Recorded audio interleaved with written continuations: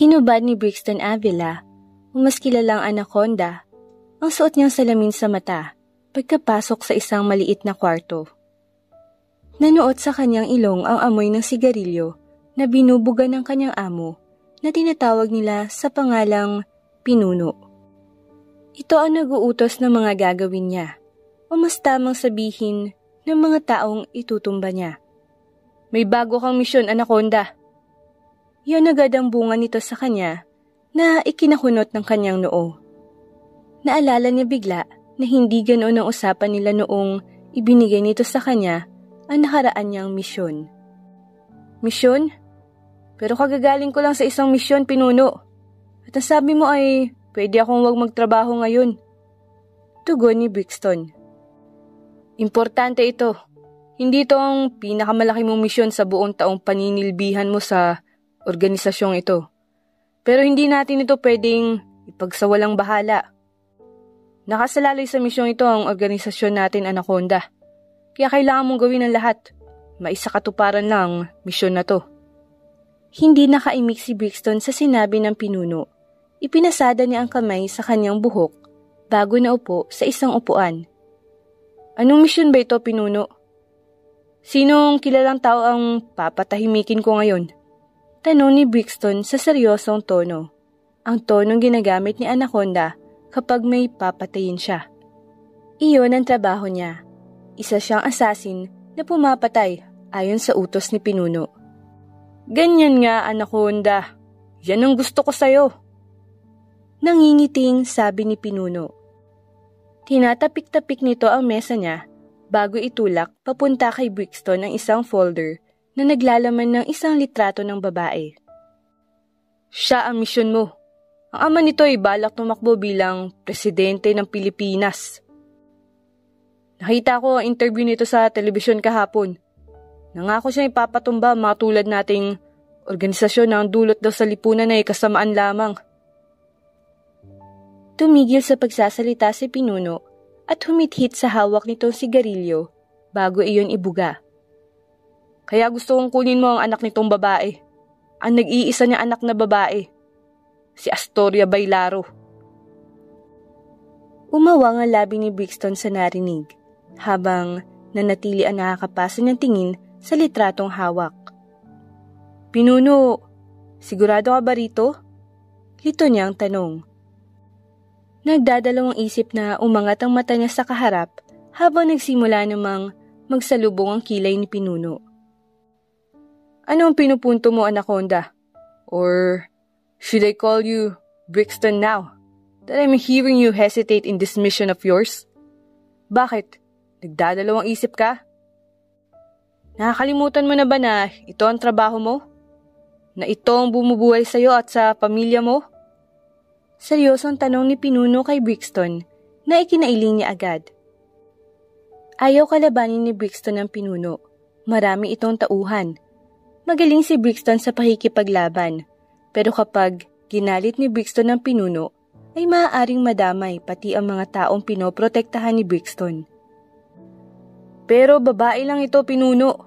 Hindi siya mismong target natin kaya bakit natin siya kailangang patayin? Pwede kong patayin mismo ang ama nito. Ngayon din. Bulalas ni Brixton na napatayo na.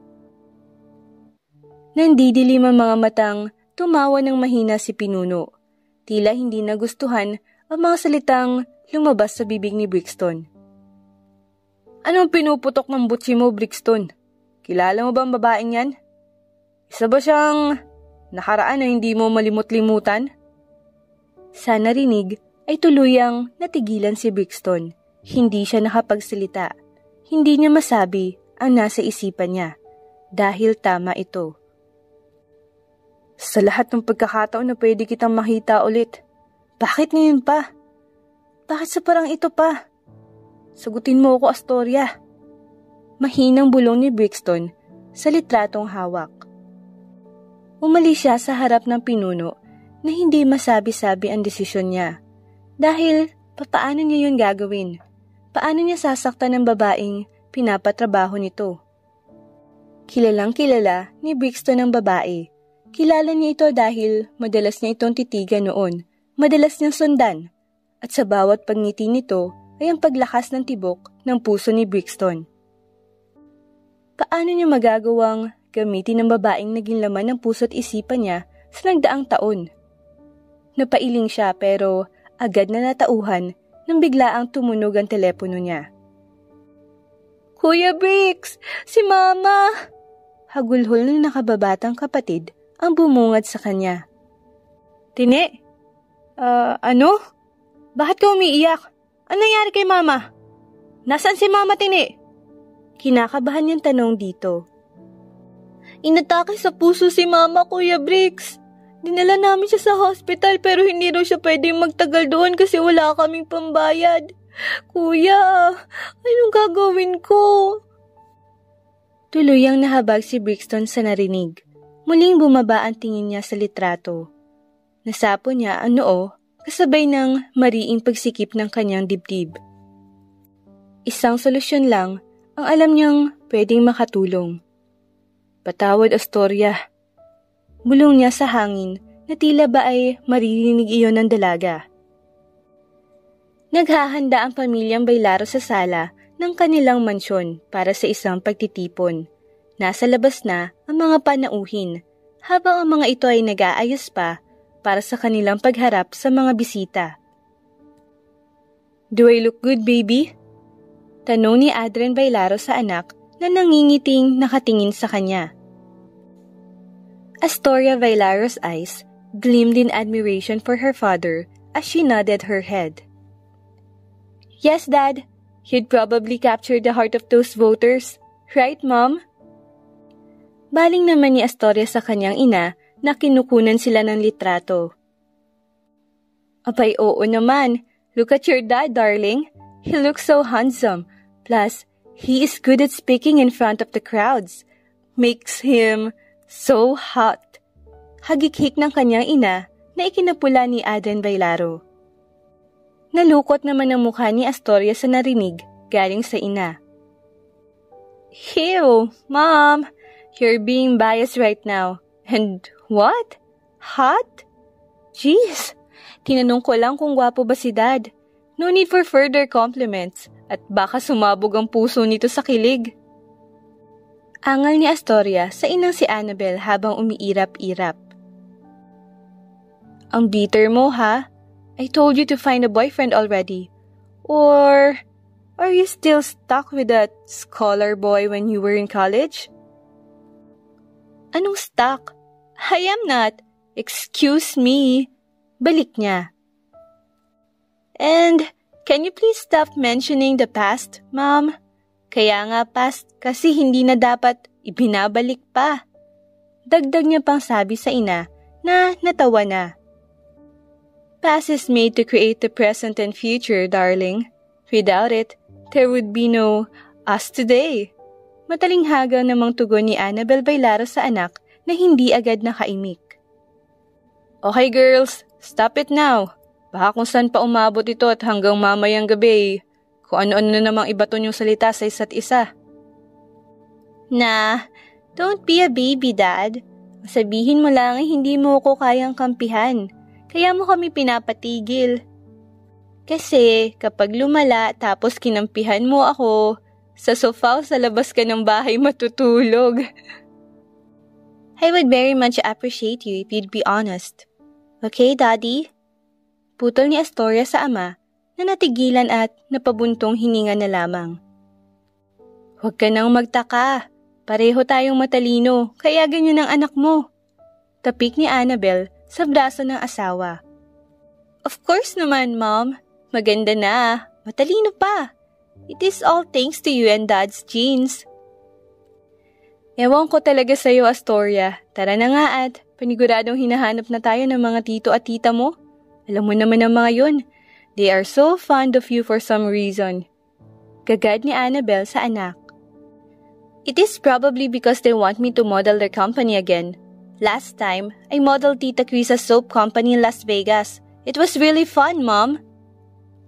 Sa susunod ay gusto kong kasama ko na kayo ni Dad doon. Sagot niya sa ina. Sure, darling. Sa ngayon ay abala kami ng dad mo sa pangungumpa niya. Kaya dito muna lang tayo sa Pilipinas kung gusto mo ng vacation. But if you are bored, then you can always go to other countries to have fun. Nahangiting sabi ng kanyang ina. Thanks, Mom. Pero sa ngayon ay tutulungan ko muna kayo ni Dad. And it is probably best for me to stay here to support our family, to show everyone that we are all in this together. Hindi ba, Dad? Tanong ni Astoria kay Adren na nakangiting nakatitig sa kanila. You don't have to do that for me, baby. Your mother and I knew that you are my biggest supporter in this campaign. Kaya kahit wala ka dito ay mananatiling dala-dala ko ang suporta mong iyon. No words from other people can ever change that. Nakangiting tugon ni Adren sa anak niya. Hi, Dad. You're making me blush. Angal ni Astoria na ikinatawa ng kanyang mga magulang. Have you made up your mind already, Anaconda? Bungad ni Pinuno, pagkaupo ni Brixton sa upuan na nasa harap ng mesa nito. Yes, Pinuno. Gagawin ko po ang misyon na iniaatas niyo sa akin. Seryosong sagot ni Brixton. Pinanatili niyang kalmado ang ekspresyon sa kabila ng pagdadalawang isip niya dahil alam ni Brixton na hindi ito ang oras para sa ganoong bagay. Kailangan niya iligtas ang ina. Wala siyang nagawa noon para sa kanyang ama, pero sisiguraduhin niya na sa mga ito ay magagawa ni Brixton na mailigtas ang ina mula sa kamay ni kamatayan. Kahit pa ang ibig sabihin nun ay kailangan niyang gamitin ng babaeng una't huling nagpatibok ng puso niya. Then, good. It's already settled then. Bukas na bukas din susundan mo na si Astoria Bailaro. Alam kong kayang-kaya mong kumuha ng kahit anong sasakyan, kaya hindi ko na kailangan pambigyan ka nun. Gusto ko lang na kidnapin mo siya. Tatawag ako ulit pagkatapos ng 2 araw na nakuha mo na siya. Kailangan ko munang makiramdam sa paligid dahil kailangan maging maayos ang galaw nating ito. Kapag hindi kita na-contact, ay gagamitin ko ang mga tauhan ko. Silang kukuha kay Astoria Bailaro mula sa'yo at doon na nagtatapos ang misyon mo. Anong gagawin mo sa kanya, Pinuno? Tanong ni Brixton dito. Simple lang. Gagamitin ko siyang panakot sa ama niyang gusto tayong kalabanin. No matter how impossible for him to get the presidency position that easily, he still have connections. Kung totoo matinong tao ang Adren Bailaro na yun, kahit hindi siya manalo ay gagawin niya pa rin ang dapat. At yun ay ang patumbahin ng mga tulad natin. Kaya mag-iingat ka, Anaconda. Isang maling galaw mo lang ay nasa likod mo na ang militaryo. Ngumisi si Pinuno. Naiintindihan ko, Pinuno. Malamig niyang sagot. Mabuti naman. Maghanda ka na para sa misyon mo. Tandaan mo, Anaconda. Ang trabahong ito ang bumubuhay sa iyo at sa pamilya mo. Hindi mo pwedeng basta-basta nalang iwanan ng organisasyon na ito. Dahil kasabay ng pagbagsak namin ay siyang pagbagsak mo rin. It was a threat. Alam ni Brixton na kaya nitong gawin ang lahat. Oras na malaman nito nagtaidor siya. Brixton felt like he was a monster for doing things like this. But he had no choice. Opo, Pinuno. Kuya Brix, hindi ka ba uuwi? Hinahanap ka ni Mama. Dama ni Brixton ang kalungkutan sa boses ng kapatid, pero wala man lang siya sa tabi nito. Patawad, Tini. May trabaho kasi si Kuya Brixton mo. Alam mo naman kailangan ko yun lalo na dahil sa nangyari kay Mama, di ba? Uuwi rin naman ako. Pero sa ngayon ay magpapadala muna ako ng pera riyan sa atin. At kapag tapos na ako sa trabaho ko, ay mag-uuwi ulit ako ng maraming pera. Saka, hindi ba paborito mo ang chocolate? Bibilhan kita pag uwi ko. Basta ba bantayan mo muna ang Mama. Alagaan mo siya, Tini. Pumuntong hininga si Brixton. Hindi alam ng mga ito ang tungkol sa trabaho niya. Pinanatiling tago ni Brixton ang tungkol sa kanyang trabaho. Ayaw niya mag-alala ang mga ito. Pero ang isa pa sa rason kaya ayaw sabihin ni Brixton ay dahil alam niyang magagalit ang ina niyang si Isabela. Kuya, sabi ni Mama hindi naman mahalaga ang pera. Kapag umuwi kay magiging masaya na raw siya. Kahit hindi na raw siya gumaling. Kuya Brix, basta lang ay makita ka niya. Garalgal ang tinig na sabi ni Tini. Huwag mong sabihin yan, Tini. Gagaling si Mama at magiging masaya rin siya. Pagkatapos ng trabaho kong ito, ay uuwi ako. Pangako. Pagsisinungaling ni Brixton bago ibinaba ang tawag. Patawad, Tini. Hindi ko na alam ang gagawin ko. Ginawa ko lang naman to dahil walang-wala na tayo. Di ko na alam kung saan ako huhugot ng pera para sa inyo. Nanghihinang tugon ni Brixton sa kawalan. Wow! Astoria! Hindi pa rin kumukupas ang iyong ganda. Your beauty is just like a fine wine. Bilib na talaga ako sa'yo. Gosh, Kahel, you're making me blush. Ikaw rin naman I didn't saw you for like 2 years and you have become more beautiful now. Kung hindi mo pa ako tinatawagan hindi ko makikita ang mukha mo ng personal. Nakangiting gagad ni Astoria sa kaibigang si Kahel. Nakipagbeso-beso pa siya rito. Ay, nako, you're too humble, honey. Hindi ka na talaga nagbago. Oh, by the way, this is my fiancé. Bumaling si Kahel sa katabi na ikinatingin ni Astoria rito. Bumungad kay Astoria ang isang mestisong lalaki na kahit pala kaibigan ng ngiti ay tila isang playboy. Hello, I'm Jazel. Kahel's soon-to-be husband. Pakilala nito sa sarili. Wait, your face is familiar. Have I seen you before? Kunot noong tanong ni Astoria kay Jazel. Don't get me wrong. I haven't had any flings since college. So, you're safe. Familiar ka lang talaga sa akin. Dagdag niya pa. Schoolmate natin siya, Astoria. Remember? Your scholar crush? Sabat ni Kahel sa usapan. Ha? Gulat na tanong ni Astoria. Tumawa si Kahel. Oh wait, don't tell me. Hindi mo pa rin nakakalimutan ng lalaking yun? You know, I remember you always going where he goes. Ang gwapo rin naman talaga ng lalaking yun. His coffee brown eyes are really something. Plus, he is mestizo. He looks like a bad boy from a movie series that have literally lived to feed up our fantasies in life. Kahel! No! Of course not! That was the past already. Kontra ni Astoria sa gulat na boses. Really? You know, my fiancé knew that boy. Right, love? Ah, scholar boy. You mean, Avila? Siya lang kaibigan ko na naging scholar. Kaklase ko nga pala siya. Siguro kaya pamilyar ako sa'yo. Kung totoo mang palagi ka nakatingin sa kanya ay paniguradong nakita mo na rin ako noon. Bobo kasi ako sa math dati habang sobrang talino naman yun kaya palagi ako nagpapaturo. Kibit balikat ni Jazel. Umawa ang labi ni Astoria. Biglang pumitik sa kanyang isipan ang isang alaala noong kolehiyo pa lang siya. That's right! I already saw you before. Ikaw yung nadapa before sa harap ng fountain sa school dahil sa ice cream, right? Natawa si Kahel sa narinig, habang namula naman si Jazel. Sa lahat ng maaalala mo bakit yun pa? Tanong ni Jazel kay Astoria sa nahihiyang boses. Because it was hilarious. I remember Kahel laughing at you that time too. Ang sabi niya ay hindi siya magkakagusto sa isang lampan na tulad mo. Pero look at her now. She looks so in love with you. Sagot ni Astoria. Now. Stop exposing the two of us, Astoria. Kahit kailan talaga wala akong panama sa mga salitang binabalik mo. Napailing-iling si Kahel sa kaibigan si Astoria na natawa sa kanila. My words are not intentional, okay? It's a habit. By the way, you told me in the call that you have a modeling job offer for me? That's why we're here, right? Astoria asked before settling down in a seat.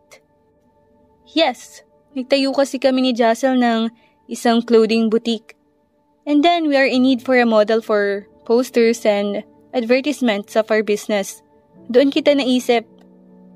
I saw your billboard in New York last summer. You were amazing. Paniguradong mahal ang fee sa'yo pero we can't think of anyone who suited the job better than you.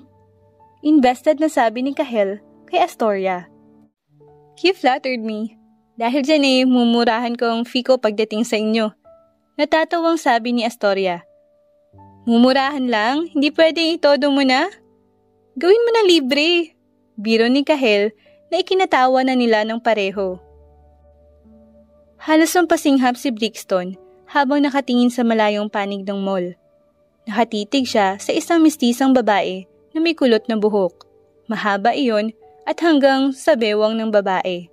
Ang babaeng ang pangalan ay Astoria, isang tila anghel at modelo sa bawat paggalaw nito.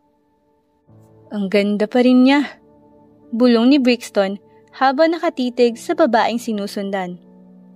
How will I kidnap here? Tanong niya sa likod ng kanyang isipan. Hindi, Brixton, hindi mo kailangan pag-isipan ang gagawin. Alam mong kailangan mo ito. Hindi mabubuhay ang mama mo kapag nagdalawang isip ka. Kailangan mong tatagan ang sarili mo. Para ito sa mama mo. Kausap niya sa sarili habang dire-diretso ang naging lakad papunta kay Astoria. Astoria! Here! Natigilan si Brixton sa paglalakad dahil sa narinig. Malinis na lumihis siya ng lakad para iwasan ang paparating na si Astoria. Kahel! Hi! Natigilan si Brixton sa ngiting pumaskil sa labi ng babae. He remembered that smile. She always had that smile, even from before. Flashbacks. Hoy, Brix! Tulala ka na naman kay Miss Pretty. Sobrang ganda ba? Nang aasar na tinulak ni Jassel ang panganang kaibigan na ikinakurap-kurap nito. Ano ba, Jas? Bakit hindi mo pagtuunan ng pansin ang assignment mo sa math? Kesa ako ang istorbohin mo. Angal niya rito. Tsk, pasalamat ka talaga at matalino ka eh. Kinibigan lang naman kita dahil sa rasong yun. Kung alam ko lang na ganito ka sa mga ugali mo sana huwag kang maarte. Lalahanin mo akong gumagawa ng mga activities mo sa math kapag bubong-bubo ka na. Walang awa na putol ni Brixton sa sasabihin dapat ng kaibigan na si Jassel. Aray ha, lumayas ka na, sundan mo na si Astoria. Manahimik ka. Kapag narinig ka ng iba baka akalain nilang baliw na baliw ako sa kanya. Pilit na inalis ni Jassel ang kamay ni Brixton sa bibig niya. Totoo rin naman, baliw na baliw ka naman talaga sa kanya. Sigaw nito nang sa wakas ay naalis ang kamay ni Brixton. Oo nga, pero dapat low-key pa rin tayo. Pang low-key lang ang kapugian ko, Brad. Yung isang yun, pang international ang ganda. Walang-wala ako ron. Kailangan ko muna magtapos ng pag-aaral tapos magsipag para makaipon ng pera. Para naman hindi masyado nakakahiya sa kanya kapag umamin ako tapos na-busted. Ngiwi ni Brixton. Aminado naman kasi siya na masyadong malabong makukuha niya ang atensyon ni Astoria. Mayaman ito, maganda, matalino, at mabait sa kapwa. Habang siya ay matalino, gwapo, at mabait lang sa kapwa. Wala siyang yaman na pwedeng ipagmalaki kay Astoria. Kaya paniguradong kahit anong sipag niya sa pag-aaral, ay hinding-hindi siya nito magagawang pagtuunan ng pansin. Taas kasi ng pangarap mo, pare. Talagang si Astoria ba'y laro pang bumihag sa puso mo? Baka pag nasobrahan ka sa isang yan di ka na makamove on. Baka hanggang sa libing mo siya pa rin ang nasa isip at puso mo. Napailing-iling si Jassel. Tanga, bakit nililibing mo ako kagad? Kapag ikaw nagbilang anghel kahit sa demonyong ugali mong yan talagang mumultuhin kita. Hindi ka talaga magkakaroon ng asawa. Kahit na kailan. Uy, biro lang naman. Grabe ka ha. Dahil mas pogi ka sa akin gaganatuhin mo na ako. Laka talagang awa, Brix. Bagay nga kayo ni Astoria, alam mo ba? Narinig kong gumanti yun ng salita sa kausap niya. Ayun, taob. Mang real talk ba naman ng baby girl? Sinong baby girl? Malamig na putol ni Brixton sa kaibigan na agad na mutla. Baby girl mo kasi yun, ikaw naman. Seloso mo pala, pare. Natatawang tanong ni Jazz sa kabila ng namumutla niyang muka. Ayusin mo desisyon mo sa buhay, Jassel ha. Seryoso akong tao. Baka bigla mo na lang makita ang sarili mo sa langit. Sige ka. Banta ni Brixton sa kaibigan na napangiwi. End of flashbacks. Maraming salamat, Astoria. Isa ka talagang kaibigan kahit ayaw mong ilibre na lang kami. Napatingin si Brixton sa nakangiting Astoria. Isang mesa lang ang layo niya mula sa mga ito at may suot siyang sombrero at mask para itago ang muka. Ayos lang naman na ilibre ko ang tungkol doon. Basta, hindi na ako magbibigay ng regalo sa kasal niyo ni Jazel. Biro ni Astoria sa kaibigan. Napatingin si Brixton sa kaibigang si Jazel na akbayan nito si Kahel. Hindi niya inaakalang magsiseryoso ito dahil puro laro lang naman ang inaatupag nito noon. Ni hindi nito magawa ang simpleng 8x8. Di ko alam na ganito ka pala kakuripot, Astoria. Kagad ni Jazel kay Astoria na nagkibit balikat. Sobrang mahal na kaya ng mga bilihin ngayon dito sa Pilipinas. Kaya dapat lang talaga na gawin ko lahat para sa pera, no? Isang ngiti ang kumawala sa labi ni Brixton sa narinig. Grabe ha, para namang hindi ka anak ng bilyonaryo kung makapagsalita ka. Natatawang sabi ni Kahel. Narinig ko nga pala tungkol sa pagtakbo ng dad mo sa halalan. Congratulations for that, Astoria. You're probably happy about that news. Bigla ay nawala ang ngiti sa labi ni Brixton. Naalala niya kung bakit siya nandoon, kung bakit kailangan niya isang tabi ang nararamdaman niya para kay Astoria. Thank you, Kahel. Masaya nga ako para kay Dad. You know, it was his dream to run for presidency. Kaya ngayong magagawa na niya sobrang saya ko para sa kanya. Susuportahan ko si Dad sa abot ng makakaya ko kaya for now ay hindi muna ako pupuntang ibang bansa para lang makatulong sa kanila. I would really like to be of help to them. Oh, what a sweet daughter you are, Astoria. Get a hold of yourself, Brixton. Wag mo na ulit nakakalimutan kung bakit ka nandito sa sitwasyong to. Nandito ka para itumba ang papa niya. Kahit kapalit nun na yung pagkamuhi niya sa'yo. You know from the very start that she will never ever like someone like you. Hindi lang dahil langit siya at lupa ka. Pero dahil sa mga oras na to, ay nasa putikan ka na. Paalala niya sa sarili bago tumayo na. Kailangan na niyang simulan ang dapat na gawin. To finish his mission means a longer life for his mother. Tumagilid ang mukha ni Astoria habang pilit na sinisilip ang muka ng isang lalaki. Napangiti pa si Astoria pagkatapos masilayan ang seryoso nitong muka habang nagtuturo sa mga ilang estudyante. Sinong tinitingnan mo, Astoria? What the? Sapo-sapo ang dibdib ay nilingon ni Astoria si Kahel. Anong reaction yan? Are you into someone, ha? Asar na tanong nito sa kaibigan. I am not. No ka ba? Bakit ka nang gugulat? Balik niya kay Kahel sa inis na tono ng boses. Bakit ka galit? And you sounded so defensive. Saka girl, kanina pa kita tinatawag. Sabi ko gutom na ako at kumain na tayo pero para kang estatwa riyan. Sino ba nakakuha ng atensyon mo sa mga lalaking nandyan? Wala. Come on, gutom ka na hindi ba? Kumain na tayo.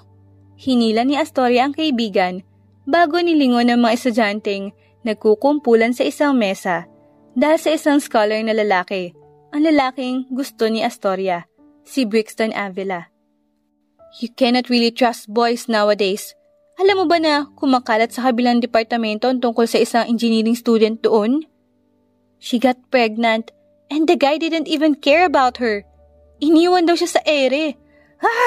Nakakagigil talaga ang mga lalaki. Pagkatapos magpakasarap ay aalis na walang pasabi. Parang hit and run lang ang peg. Maktol ni Kahel sa galit na boses. Hindi naman ganun lahat ng lalaki, Kahel. Some are, proper. They have manners and right conduct.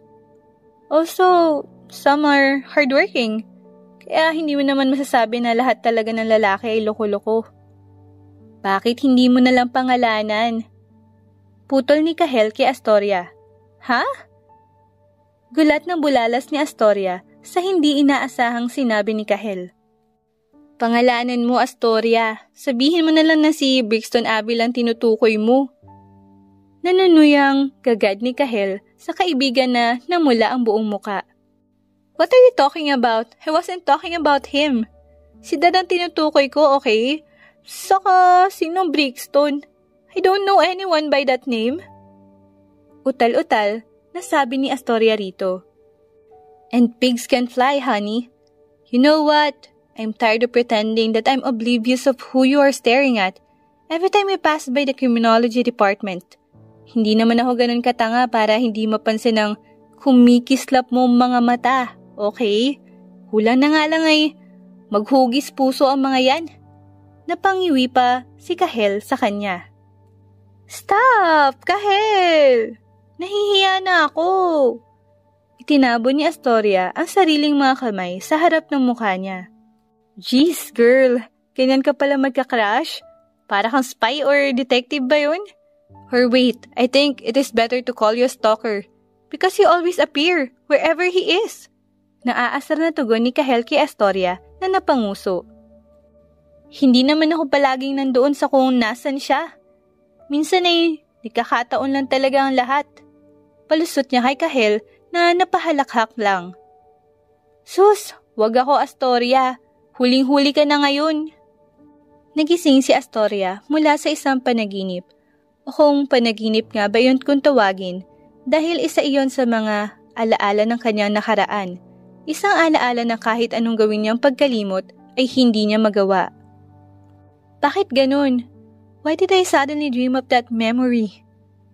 That was when I was still in college. The first time I learned that Kahel actually knew that I liked Brixton. Nasapo ni Astoria ang dibdib. Kumikirot iyon sa hindi niya alam na dahilan. Tila ba may hinahangad pero hindi makuha-kuha kahit na anumang gawin niya. Kamusta na kaya siya ngayon? Is he living his best life? Is he already married? Tanong niya sa hangin. Hindi maiwasan ni Astoria na mapabuntong hininga. You're leaving for Davao today, right, darling? Tanong ni Annabel sa anak na nakatulala sa hapag. Astoria, are you okay? Hinimas ni Adrian ang kamay ng anak na agarang natauhan. Oh, what is it? Mom? Dad? May tanong po ba kayo? Aniya sa mga ito. Your mother was asking if you're leaving for Davao today. Nasabi mo sa amin kahapon na may job offer ka for modeling. Galing sa kaibigan mo, hindi ba? And their main boutique is in Davao. So you need to go there for a shoot. Si Adrian na nag-aalala nakatingin kay Astoria. Ah, yes Dad, tama po kayo. Ngayon nga ang alis ko papuntang Davao. I'll be home after a week and help you up with the campaign. Habang nandoon din ako ay gagawa ako ng paraan to gather more people to vote for you for the upcoming election. Diretso niyang sagot sa mga ito. Nagkatinginan ng mag-asawang Vailaro. Baka sa mga mata nila ang pangamba para sa dalaga nilang anak na parang may tinatago. Ayos ka lang ba, Astoria? May problema ka ba sa trabaho? Are you stressed? Do you need to unwind and go on vacation after your work? Tanong ni Annabel, pero umiling lamang si Astoria. You knew I never lied or hide anything from you, right? Panimula ni Astoria. Yes, darling. So what is it? Muling gagad ng kanyang ina. I dreamt of something. It is a memory of the past. I dreamed of when I still see him around the university. Of whenever I stare at him when I passes by the criminology department. Napaiwas si Astoria ng tingin sa mga magulang. She felt embarrassed because she sounded so obsessed with someone she can never have. Pero alam niyang maiintindihan siya ng mga magulang niya at alam din ni Astoria na hindi siya huhusgahan ng mga ito. Are you feeling lonely, Astoria? Do you want to meet him? Nag-aalalang tanong ni Annabel sa anak na napailing. I can't explain what I'm feeling, Mom. Maybe because I'm regretting everything that happened before. Kasi nga, hindi ba? Weeks before our graduation ay biglaan siyang nawala. We never heard any news about him. I tried asking the teachers who knew him better than me, but they don't know what happened either. All I know is that he graduated as a magna cum laude, but didn't attend the graduation ceremony. Nanghihinang ngumiti si Astoria sa mga magulang niya. Iniisip ko na lang na sana umamin ako. Na sana nasabi kong gusto ko siya. So I won't regret anything. Or won't feel miserable because I wasn't able to do anything before. Because of my cowardice. Yes, it was that. Punong-puno ng pagsisisi ang puso ni Astoria dahil hindi man lang niya nasabi ang gusto niya sabihin sa lalaki. Gustong-gusto niya ito noon hanggang ngayon. Pero kahit kailan, ay wala siyang ginawa. Kahit may kakayahan si Astoria na ipahanap si Brixton Avila, ay nanatili siyang duwag. Oh, my poor darling. That's just how life works. We can't do anything about how the past happened. Because just like what you said before, past is the past. It is what made the present happen. But there is nothing that we can do to change it. Tumayo si Annabel sa kinauupuan niya bago nilapitan na anak para yakapin. Mom, what if something is wrong with me? Kasi hindi na ako nagkagusto po sa ibang lalaki pagkatapos ng pagkagusto ko sa kanya. What if he's already married, already have a family, and I'm stuck here with my regrets of the past? Just because I couldn't tell him how I felt then. Napuno ng pangamba ang mga mata ni Astoria habang nakatingin sa ina. Then, do you want me to look for him? Tanong ni Adan sa anak na napalingon sa kanya agad. After your job in Davao, I will try to look for him and ask for his presence. Hindi pa naman huli. You can still tell him how you feel, baby. It doesn't matter if he already has a wife. You just need to take that regrets off your chest. Maybe that is the only thing you needed. A closure between you two. A closure when they aren't even a thing. How pathetic. Pero alam ni Astoria na kailangan niya yun. Kahit hindi sila, ay kailangan niya sabihin kay Brixton ang nararamdaman niya. Maybe it is just what she needs to feel alright, to finally move on, and find someone that can fill in the space she preserved for Brixton for years. Hinaplos ni Annabel ang pisngi ni Astoria. Sabihin mo sa kanya ang lahat, Astoria. Ano man ang maging kahihinat na nang gagawin mo, ay nandito pa rin kami ng dad mo. We will always be here to help you get up whenever you feel so down. Thank you, Mom. Thank you, Dad. I love you both so much. Ngiti ni Astoria bago niyakap ang ina. Goodbye, Mom. Dad. I'll see you soon. Kumaway si Astoria sa mga magulang na nakatayo sa gilid ng sasakyan niya. We will see you soon too, darling. Please answer our calls, okay? Mag-iingat ka rin palagi sa Davao. Know that your dad and I loves you so much. Understand? Napangiti si Astoria. Yes, Mom. I love the both of you too. Pagkatapos ng pamamaalam, ay bumiyahe na siya. Nasa gitna siya ng pagliko sa 100 nang biglaang gumewang ang kotse ni Astoria. What happened? Kunot noon niyang tanong. Hello, miss. Isang katok sa bintana ay dinamba agad ng kaba ang dibdib ni Astoria. What the? Gulat niyang bulalas pagkatapos bumungad sa kanya ang isang lalaki may suot na sombrero at mask na nakatayo sa gilid ng kotse niya. May problema po sa kotse niyo, miss. Nabutas po ata ang gulong. Sa narinig ay agad na nataranta si Astoria. Hala! Talaga po ba, kuya? Pinuksan niya ang pinto ng kotse bago lumabas. May nasagasaan ka po atang matalim na bagay, miss. Malaki po ang butas nung nasilip ko. Buti nga po napansin kita rito sa daan. Sagot naman ng lalaki. Oh gosh, thank God. I didn't meet an accident while driving. Baka napano ako. Nasapo ni Astoria ang dibdib bago napalingon sa lalaki. May alam ka po bang malapit na pwedeng pag-ayusan ng sasakyan ko, kuya? I need to catch a flight kasi this morning eh. I'd probably be late kapag hindi ko na ipagawa itong sasakyan ko ngayon. May alam po ako, miss. I can drag your car behind mine. And we can go there now if you want. May sasakyan din naman po akong dala kaya hindi mo po kailangan maglakad. Itinuro ng lalaki ang isang sasakyan na nakapark malapit sa sasakyan ni Astoria. Thank you, kuya. You're a lifesaver. I owe you my career. Humagikik si Astoria. Idinala si Astoria ng lalaking nagpakilalang Tonton sa kanya sa kotse nito. Her car was towed behind Tonton's car before he started driving. Ano po palang trabaho mo, Miss Astoria? Magalang na tanong ni Tonton kay Astoria. Just simple job like modeling. I model for different kinds of stuff. Like for clothes, jewelries, soap, shampoo, bags, even bikinis and other various kinds of things.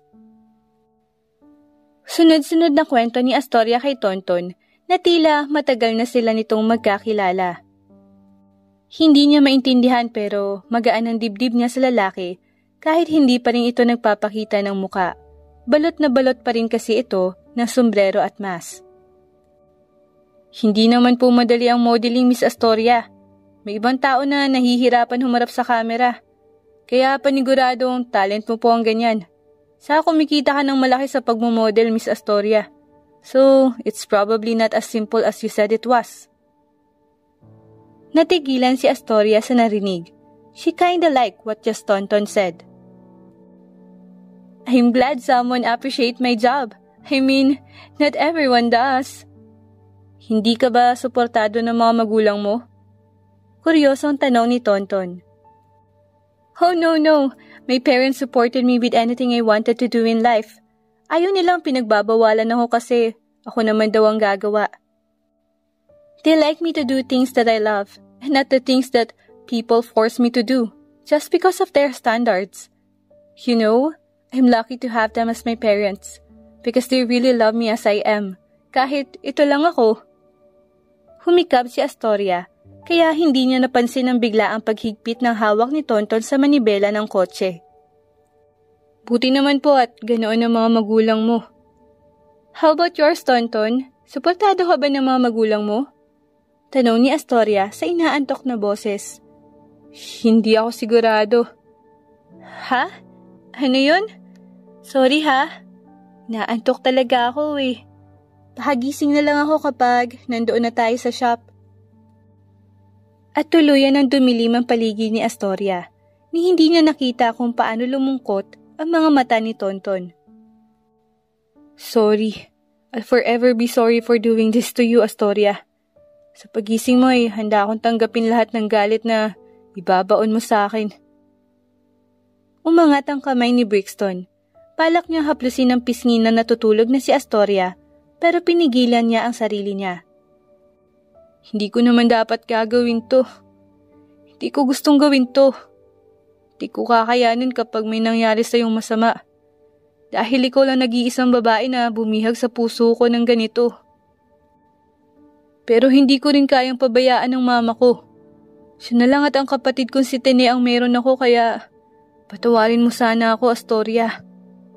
Napayuko si Brixton. Hindi kita kayang piliin sa mga oras na to. Saan ka naman pupunta ha, Astoria? Nakapamewang na tanong ni Kahel kay Astoria. Huwag kang maingay, Kahel. Pupunta akong library. Saka allergic ka sa mga nerds at libro, di ba? Kaya alam kong hindi ka pupunta roon. Dito ka na lang. Babalik din naman ako kapag natapos na ako sa gagawin kong pang-stalk. Dugtong ni Kahel sa sasabihin nito. What? I am not stalking anyone. Ikaw ha? Kaibigan ba talaga kita? Angil ni Astoria kay Kahel habang salubong ang kilay. Oo girl, kaibigan mo ako. Kaya hindi kita pipigilan. Hala, at magpakabaliw ka pero wag mong sobrahan ha. Ayoko malaman na nireport ka na sa police for being creepy around that Avila guy. Kumumpas-kumpas pa sa ere ang kamay ni Kahel na ikinangiti ni Astoria. Ewan ko sa'yo, Kapag na-report naman ako ay sasabihin ko na lang sa pulis ng totoo na I was just so into him, kaya ganoon. Astoria explained, making Kahel grimace in disgust. Ew! Bakit ba mga puro in love na ang mga tao sa paligid ko ngayon? Nasaan na ba si Cupido at bakit hindi ako sinali sa listahan? Litanya pa ni Kahel bago iniwanan ang naiiling na lang na si Astoria. Is he here kaya? Tanong ni Astoria sa sarili habang nililibot ang tingin sa paligid pagdating niya sa library. Ayun! Shhh! Nasapo agad ni Astoria ang bibig sa narinig. Yumuko siya na mabilis pero tahimik na naglakad patungo sa isang mesa. Tulog ba to? Sinilip-silip ni Astoria ang mukha ni Brixton sa likod ng librong nakatabon dito at agaran siyang napasinghap pagkatapos bumungad sa kanya ang pagod nitong muka. Tulog nga! Mukhang pagod na pagod. Paniguradong nagtrabaho na naman siya rito sa school ng sobra. At panigurado nagtatrabaho rin siya pag uwi sa kanila. How admirable! Astoria smiled cutely as she can't get her eyes off of him. Gusto niyang hawakan si Brixton, pero natatakot siya magising ito, kaya umupo na lang siya sa upuang kaharap nito. Pagkatapos ay nagsimula siyang magsulat sa diary niya. It was the only notebook that knows every detail of her life. Lalo na ang parte ng buhay niya na punong-puno ng mga imahe ni Brixton. Dear Diary, nakita ko siya ulit ngayong araw. Andito siya sa library at natutulog na naman.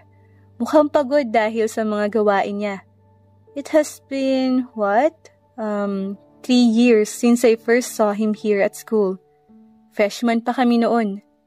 He really caught my attention because of how hardworking he was. Napapansin ko siya palaging tumutulong hanggang sa hindi ko namamalayang nahulog na pala ang loob ko sa kanya. Sobrang pogi niya, Diary. Ang mga mata niya at sa kung paano siyang ngumiti. Kahit mukha siyang bad boy sa paningin ng iba palagi siyang mananatiling anghel sa mga mata ko. Sana talaga makaamin ako bago kami graduate. Gusto ko malaman niya na humahanga ang isang tulad ko sa kanya. Yaman lang ang meron ako na hindi pa galing sa mga paghihirap ko, habang siya ay buong mundo na. Sana magawa kong pasukin ng mundong yon. At gusto ko rin sanang magbakasakaling maging parte ng mundo ni Brixton Avila. Ang lalaking gustong gusto ko, simula nang makita ko siya sa paaralang ito. Yours truly, Astoria. Nagising si Astoria mula na naman sa isang panaginip o isa na namang nakaraan. She was feeling groggy when she looked around and noticed something wrong. Wala siya sa kotse niya. Nasaan ako? Ano nangyari kanina? Nasapo ni Astoria ang ulo nang biglaang sumakit iyon. How about yours, Tonton? Suportado ka ba ng mga magulang mo? Hindi ako sigurado. That's right. Kausap niya si Tonton kanina. Ang lalaking tumulong sa kanya sa gitna ng daan. Pero, nasaan siya ngayon? Hindi ito ang naaalala niyang kotse na gamit ni Tonton. Parang ang nasa loob siya ng isang van. Tonton, nandito ka ba? Pagtatawag ni Astoria sa pangalan ng lalaki. Tonton, is this your car? Gising ka na pala. Bumukas ang pinto ng van at bumungad kay Astoria ang isang pamilyar na muka. Sa sobrang pamilyar ay kusang lumakas ang tibok ng puso ni Astoria na tila nakikipaghabulan nito sa kabayo. Isa ba itong panaginip na naman? Dahil ba ito sa mga pagsisisi ko? Sa pangungulila ko sa kanya ng sobra? Tanong ni Astoria sa likod ng isipan niya habang hindi makapaniwalang nakatitig sa lalaking naging laman ng puso at isipan niya sa nakaraang taon. What are you doing here? Nasaan yung kasama ko kanina? Si Tonton? Brixton smirked. Oh, you can't recognize this voice now? It's the one that Tonton used earlier. What? Ano ba sinasabi mo? This is not funny at all. Angil ni Astoria kay Brixton na nagkibit-balikat lang bago itinulak papunta sa gilid ng upuan ni Astoria ang isang pagkain. Wala akong oras para magbiro ngayon, Miss Astoria. Walang personalan, trabaho lang. It can't be, bulong ni Astoria sa likod ng isipan niya. She just couldn't believe everything that's happening to her right now. This is not kidnapping, right? You're not planning to take me for ransom, right? Nanginginig ang boses na tanong ni Astoria kay Brixton na natawa ng mahina. Ang talino mo talaga. Nahulaan mo agad ang gusto kong mangyari. Yes, you're right, Miss Astoria. Ako ang nagbutas sa kotse mo. Ako naroon sa malapit para tumulong dahil binala ko nang gawin to sa simula pa lang. I wore a thick mask because the car I was using earlier was filled with some medicine that makes people fall asleep. It was circulating around the car, and that's the reason why you suddenly got sleepy. No, hindi magagawa ni Brixton ng ganitong klase ng bagay. Tanggi ni Astoria sa isipan niya. I am here to kidnap you, but I am not really sure about the ransom. Siguro kung gugustuhin ni Pinuno na perahan ka, panigurado naman mahal na mahal ka ng pamilya mo, di ba? They'd probably do anything for you. Like, retreating from the presidency position for your safety. Bakit niyo nagagawa ang ganitong bagay? I thought I was safe with you. Bulalas ni Astoria sa galit na boses. You can never tell you are safe with someone unless you trust them, Miss Astoria. But I do. I do trust you. Or maybe I trust the person you were in the past. It must be that. Nanghihinang tugon ni Astoria sa likod ng utak niya. Now, bakit hindi ka muna kumain para makakuha ka ng lakas? Malayo pang pupuntahan nating dalawa, Miss Astoria. Itinabig ni Astoria ang pagkain na nasa gilid ng upuan niya, na ikinatigil ni Brixton sa pagsasalita. You have changed. You have changed a lot. Mariin na bulong ni Astoria sa paos na boses. Ano? Nagbago ako? Bakit? Kilala mo ba ako? I bet you don't even know my name. Nanunuyang gagad ni Brixton, pero nang mag-angat ng tingin si Astoria, ay tumahip ang dibdib nito. I never had any accident for the past years to forget someone like you. Kilala kita, Brixton Avila. Pero hindi ko kilala kung sino ang taong kaharap ko ngayon. Dahil hindi ito ang Brixton Avila na kilala ko noon sa kolehiyo. Kumain ka na. 2 araw pa bago ako tatawagan ng boss ko. Kapag hindi ka kumain babawian ka ng buhay bago ka pa nila magamit. Para paatrasin ang tatay mo sa eleksyon. Itinulak ni Brixton ng isang supot ng pagkain sa gilid ng inuupuan ni Astoria. Matalim lamang na tumitig si Astoria kay Brixton na ikinabuntong hininga nito. Hindi niya alam kung anong gagawin para mapakain si Astoria. Nagmamatigas ito. Gabi na at nasa loob pa rin silang dalawa ng van. Malayo sila sa syudad para lang walang makarinig kay Astoria sakali mang sumigaw-sigaw ito para makahingi ng tulong. Pero sa ilang oras na kasama ni Brixton si Astoria, wala man lang itong ginawa. Tumititig lang si Astoria kay Brixton pagkatapos ay iiwas ng tingin. Alam mo, walang magagawa ang pagmamatigas mo ngayon. Kapag hindi ka kumain hindi rin naman namin yon kawalan. My boss won't be happy that you die, but he probably won't mind at all. Tugon ni Brixton sa gitna ng katahimikan. Ikaw ba? Ganun ka ba kawalang puso? Nakahinga si Brixton ng maluwag dahil sa wakas ay nagsalita na ito. What do you want to hear from me? That I will turn into an angel suddenly and save you from this kind of crap? Matigas na wika ni Brixton sa lengguaheng Ingles. What happened to you? Why did you choose this kind of job? This is not lawfully legal to the law, Brixton. Hindi ka ganito noon. You were a criminology student. You're supposed to put people behind the jail. Not you being behind that cage.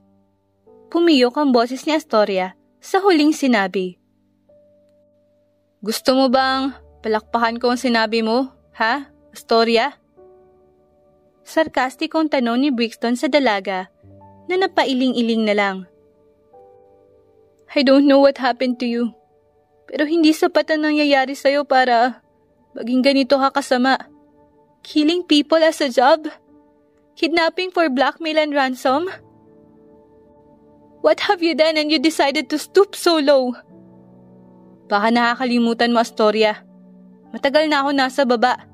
At kahit kailan ay hindi ko nagawang umangat. Malamig na balik ni Brixton kay Astoria. Now, eat. Kung ayaw mo ay huwag. Kapag namatay ka, ay pwede na makita itapon na lang sa isang ilog. Your father would be most delighted to find you. How heartless! Pulong ni Astoria sa likod ng kanyang isipan. Hindi inaasahan ni Astoria na maririnig niya mula sa bibig ni Brixton ang mga ganoong klase ng salita. Tila hindi ito ang Brixton na nakilala niya noong kolehiyo. He still had that aura, something that would draw Astoria towards him. But what's different is that Astoria knew he is a stranger to her system. Bakit ka umalis noon? Mahinang tanong ni Astoria. Alam niyang gising pa ang lalaki. Gusto niyang makausap ito sa mahinahong paraan, pero kanina ay sumabog siya. Sobrang sikip lang ng dibdib ni Astoria habang tinitingnan ang nagiging pagbabago ni Brixton sa nagdaan na taon. I was curious, you know. Madalas kasi kitang makita noon. Kung hindi tumutulong sa mga guro ay sa mga estudyante namin. You know, I saw your friend. Yung Jazel. Silang dalawa ng kaibigan kong si Kahel ang nagkatuluyan. How funny, right? I never thought of that kind of thing happening. But it did. Tumigil sa pagsasalita si Astoria pagkatapos ay huminga. How about you? Do you have anyone to support right now? Kaya ba ganito ang trabaho mo? Dagdag na tanong ni Astoria. Umaasa na makakarinig ng sagot mula kay Brixton. Huminga si Astoria ng malalim. She decided to close her eyes when Brixton did not respond to her. Bakit ganito? Bakit nagkaganito? Gulong-gulong tanong niya sa likod ng isipan niya. I don't. Mabilis na naimulat ni Astoria ang mga mata sa narinig. Mahina iyon pero alam niyang boses ni Brixton ang narinig niya. You don't? Gagad ni Astoria. I don't have someone like Jazel. I only have my mother and sister to support. Kompleto nitong sagot sa mahinang boses. Ayos lang ba sila kung nasan sila ngayon? Are you seeing them? Are you all safe? Tanong ni Astoria muli. Gustong malaman ni Astoria ang mga nangyayari sa buhay ni Brixton. Ang mga bahagi ng buhay ni Brixton na nanatiling tago mula sa kanya dahil wala siyang lakas para alamin ang mga iyon. Yeah. Ang kukonti ng sagot ni Brixton, pero napapangiti pa rin si Astoria. Hindi niya alam kung may sira ba siya sa kukote niya, pero hindi niya magawang magalit ng sobra sa lalaki. Hindi niya magawang sigaw-sigawan ito ng sobra. Ikaw ba? Masaya ka ba ngayon sa buhay mo? A small gasp escaped from Astoria's lips when she heard Brixton questioning her. Mabilis siyang napaayos ng upo. Hindi ko alam kung ano ibig sabihin ng masaya para sa'yo. Pero siguro, oo. Balik na sagot ni Astoria sa kanya. Astoria knew she had no Stockholm Syndrome. But why is she like this? Kahit pagbalik-balik ta rin man, ay aminado siyang masamang tao na ngayon si Brixton. He even kidnapped her just to threaten her father. And yet, why is she smiling with their small interaction? Bakit gumagaan ang nararamdaman niya kay Brixton na hindi naman dapat. Ganito na ba talaga siya kalala? Astoria. Tawag ni Brixton sa pangalan niya. Ano yun? Sagot niya sa umaasang tono ng boses. Pero lahat ng yun nawala pagkatapos niyang marinig ang mga salitang sunod na sinabi ni Brixton sa kanya. Huwag mo akong patatawarin. Kahit na anong mangyari ay magalit ka sa akin. Magalit ka sa akin na sobra. At kapag nakalabas ka ng buhay, tandaan mong handa akong saluhin lahat ng galit mong yun. Ipahanap mo ako at ipakulong kung gusto mo. Pero sana makita ko muna ang pamilya ko bago mangyari lahat ng yun. Anong gusto mong kainin? Tanong ni Brixton kay Astoria na bugnot ang muka habang nakatingin sa labas ng bintana ng van. Astoria, ilang pagkain ang tinanggihan mo? Kailangan mo kumain para magkaroon ka ng lakas. What for? Makukuha pa rin naman ako ng boss mo kahit kumain ako, di ba? I'd still be in danger. So, why care if I won't eat and just wait for my end to come? Putol ni Astoria sa iba pang sasabihin ni Brixton na ikinailing nito. Ang tigas ng ulo mo. Kapag hindi ka kumain, ay ako mismo magpapakain sa'yo. Hindi mo din magugustuhan ang gagawin ko kapag napigtas ang pasensya ko, Astoria. Umirap-irap si Astoria. She didn't listen to Brixton's threat that made the man more frustrated. Sa huli ay lumabas si Brixton sa van at nilak iyon para hindi makalabas si Astoria. Astoria didn't mind. She knew she can't run away from him that easily. Pero ang isa sa bahagi ng isipan ni Astoria ay tinatawanan siya. It was mocking her. Dahil alam ni Astoria na kaya niyang gawan ng paraan para makaalis. Pero hindi niya ginagawa. Bakit? Dahil gusto niyang makasama si Brixton ng mas matagal pa. Nababaliw na ba ako? Tanong niya sa sarili. Kapag nakuha ako ng boss ni Brixton pwede akong mamatay. Napuno ng katahimikan ang buong van pagkatapos ng mga sinabi ni Astoria sa sarili niya.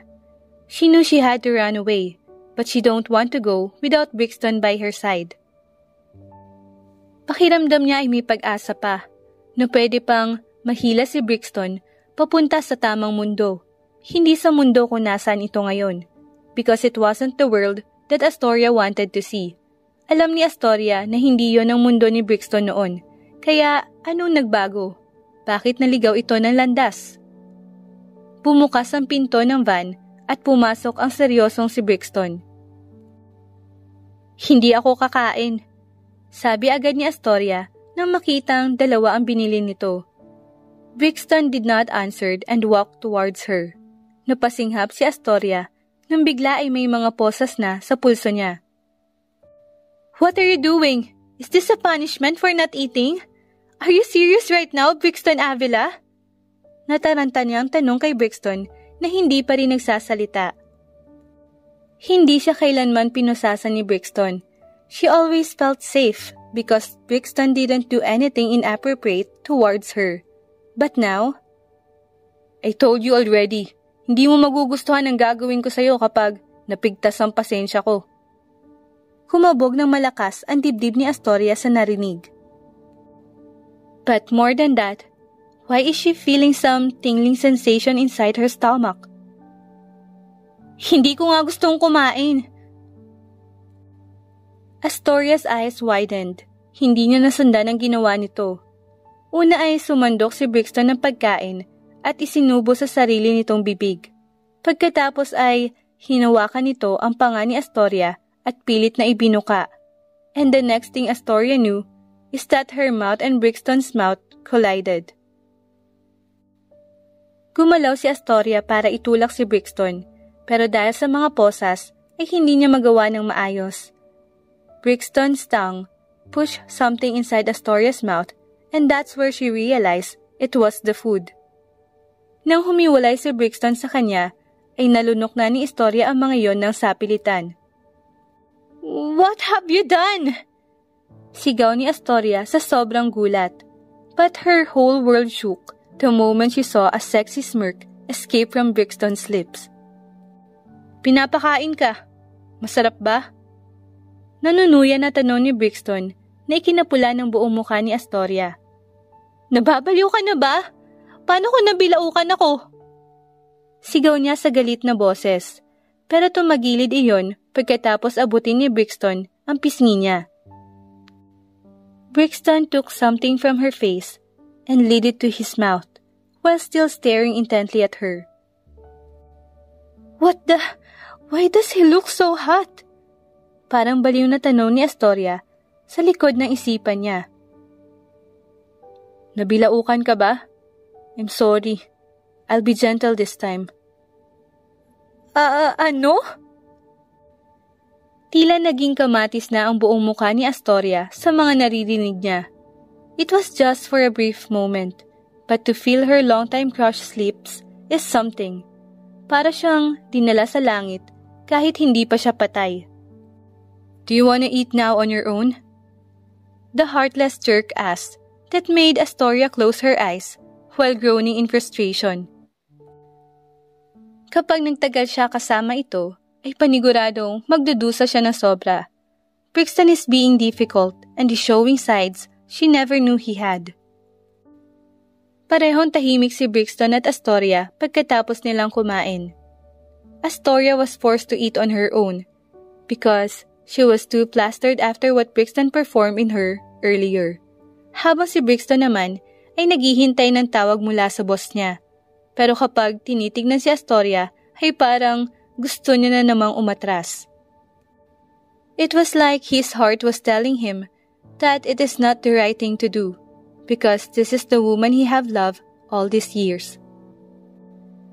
Bakit ka biglang nawala, Rate? You were a magna cum laude, you know? We all expected that you'd be there. Pasag ni Astoria sa katahimikan na ikinalingon ni Brixton sa kanya. Let us not talk about that.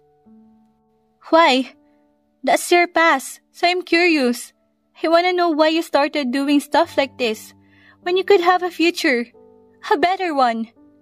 Umigting ang panga ni Brixton pagkatapos ay umiwas na lang ng tingin. Hindi ko pa rin maintindihan kung bakit ka nagbago. You were far better in the past. I love that part of you. Pwede bang tumigil ka na? Malamig na tanong ni Brixton kay Astoria na ikinakunot ng noo ng dalaga. Bakit? Kasi hindi mo masagot? Kasi hindi mo alam? O dahil hindi mo matanggap? Mahinahon pa ring tanong ni Astoria sa kabila ng matatalim na titig ni Brixton sa kanya. Tumigil ka na, Astoria. Hindi na ako natutuwa sa mga pinagsasabi mo. You are such a coward. You are a weakling. I thought you were someone dependable. I thought you were strong. But to see you gave in to something like this for the sake of money? How pathetic. Nakataas ang kilay na bulalas ni Astoria. Brixton chuckled sarcastically. Well, this coward needs to face reality. Because I am poor, unlike you. Matalino ako, oo. Pero ano magagawa ng talino ko? Sa koneksyon yung mayayaman. You can always do things, whenever you like. Pero paano kami? Ano magagawa namin, ha? Natigilan si Astoria sa nakitang puot at sakit sa mga mata ni Brixton. My father had debts with a fucking rich old man. Hindi niya mabayad-bayaran dahil sa aming mga anak niya. Tapos anong ginawa? Pinapatay ang papa ko dahil lang doon. Kapalit ng perang hindi niya mabayad-bayaran ay ang buhay niya, Astoria. I was forced to work until Pinuno found me. Hindi sapat ang pera ko sa mga pipitsuging kontrabaho para sa gamot ni Mama. She was sick. She have heart problems and my sister is still studying. I was forced to be like this because of... Stop making excuses. Ano ba, Brixton? Naririnig mo ba ang sarili mo? Do you really think that no other people experience what you have experienced? Alam kong masakit. Alam kong mahirap. Pero naisip mo ba ang mama mo? Ang kapatid mo? Sa tingin mo ba matutuwa sila kapag nalaman nilang nagkaganito ang kapatid at anak nila? Na pumapatay ka ng tao kapalit ng mga perang ginagastos nila? Hinahangos na tanong ni Astoria sa galit na boses. Kahit gaano pa kabuti ang hangarin mo, ay ginawa mo pa rin yan sa masamang paraan. Nothing ever changed. You're still doing bad things. It doesn't justify anything. And your mother? She'd probably choose to die than live after knowing everything you have done for them. Sunod-sunod na siwalat ni Astoria sa katotohanan na ayaw marinig ni Brixton. Brixton's wall crumbled as he shook his head. Nasuntok niya ang gilid na upuan ni Astoria sa galit bago nagmamadaling umalis sa harap nito. Hindi niya matignan ang dalaga sa mga mata nito dahil alam ni Brixton na tama si Astoria. Pero huli na. Masyado nang huli para umatras pa siya. What? Bulalas ni Annabel Bailaro sa kaharap na si Kahel Acosta. Tita, hindi po dumating sa Davao si Astoria. Kaya po kami lumipad papunta rito dahil nagtataka po kami kung bakit wala siya at hindi rin po niya sinasagot ang mga tawag at text ko. My fiancé and I are already worried about her welfare. Umiiyak na tugon ni Kahel habang inaakay siya ni Josel mula sa likuran niya. The couple arrived in Manila after Astoria stopped answering her calls and texts. The last time Astoria texted her, she was saying that she's already maneuvering her car towards the airport. Pagkalaan ng isang araw na hindi pa rin dumadating si Astoria sa Davao, ay saka na nakaramdam ng kaba si Kahel. She started calling her, but the phone was always out of reach. Pero wala si Astoria rito, iha. Huling usap namin sa kanya ay noong isang araw lang din. We were the ones who sent her away too. My husband and I were there. Hindi bumalik si Astoria sa mansyon noong araw na yon. Kaya paniguradong nandun siya. Kung wala ay, nasaan? Oh my poor little darling. Paano kung may nangyari sa kanyang masama? Yumakap si Annabel sa asawa niya si Adren na nagsisimula na ring mag-alala para sa kanyang anak. I will call the military. I'll send some troops to search for her. Don't worry, wife. Walang mangyayaring masama sa anak natin. She's safe, okay? Astoria is strong. She will handle anything just fine. Saad ni Adan kay Annabel na hindi na naiwasang maiyak sa pangamba. I hope so, Adren. I hope so. Mamamatay ako kapag nawala sa atin ang anak natin. Mamamatay ako. Akala ko ay hindi mo nakuha ang babae, Anaconda. Ngumisi si Pinuno habang bumubuga ng usok mula sa bibig nito. Brixton stayed silent as he looked away from the scrutinizing stare of his boss. Hindi niya maiwasang makaramdam ng galit dito. Ang sabi mo ay tatawag ka, Pinuno. Bakit biglaan na lang nagpakita ang mga tauhan mo? Mariin niyang tanong habang nililibot ang tingin sa buong kwarto. The room was dark, just like what Brixton is feeling right now. Pagkalabas niya sa van para magpahangin dahil sa galit na nanunuot sa dibdib niya ay ang pagsigaw ni Astoria. Brixton panicked and came to the rescue, only to find Pinuno's men around Astoria who is already unconscious. Nagbago ang isip ko. Saka pakiramdam ko ay papalpa ka sa trabaho mo. Tama ako, hindi ba? Nang lingunin ni Brixton si Pinuno, ay nanunuya na ang mga mata nito sa kanya. Like Pinuno was seeing what Brixton is trying to hide or trying to deny. Pulido ang usapan natin, Pinuno. Hindi ako papalpak dahil ang misyon ay isang misyon. Hindi mo kailangang magpadala ng mga tauhan para lang doon. I can do it alone. I could have managed to bring that woman back in here. Nagawa ko na, Brixton. Kaya ano yung kinagagalit mo? Humalakhak si Pinuno bago itinapon ng upos na sigarilyo sa sahig bago iyon inapak-apakan. Wala ka bang tiwala sa akin, Pinuno? Tanong ni Brixton sa malamig na boses. Sa totoo lang, panimula ni Pinuno. Wala, Anaconda, dahil masyado kang mahina. Pagtatapos nito, bago tumayo at nilisan ng kwartong iyon. Naikuyom ni Brixton ang kamao niya. He was feeling so frustrated, but above those feelings are regrets. Sana hindi niya tinuloy. Sana umatras siya, una pa lang. He could have saved Astoria, but it is too late now. Masyado nang huli dahil nasa kamay na ni Pinuno ang babaeng gusto niya at dahil iyon sa katangahan niya. Kapag nawala si Astoria, ay habang buhay na babaunin ni Brixton ang pagsisisi dahil hindi niya nagawang iligtas ang babae. Hindi pa huli. Hindi pa huli. Brixton chanted silently to himself as he stood up. Lumabas siya sa kwarto at dumiretso sa kung nasaan si Astoria. Alam na niya ang gagawin niya. Ililigtas niya si Astoria. Maging kapalit man nito ay ang mismong buhay niya. Ang ganda rin talaga ng babaeng to. Nakita ko ang mga litrato nito sa social media. Sobrang hot. Rinig na rinig ni Astoria ang nakakadiring boses ng mga ito. Gusto magsalita ni Astoria, pero dahil sa busal na nakatakip sa bibig niya, ay hindi nito magawa.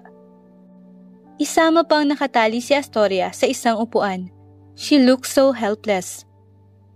Halata nga sa katawan, pre. Papayag kaya si boss kapag... Ako na magbabantay sa kanya. A cold voice echoed in the corners of the cage where she is in. Sa kabila ng lamig ay naramdaman ni Astoria ang biglaang pagkalma na naghuhurumentado niyang damdamin. Kilalang kilala ni Astoria ang nagmamay-ari ng boses na iyon. At alam niyang sa kamay nito ay hindi niya kailangang makaramdam ng takot.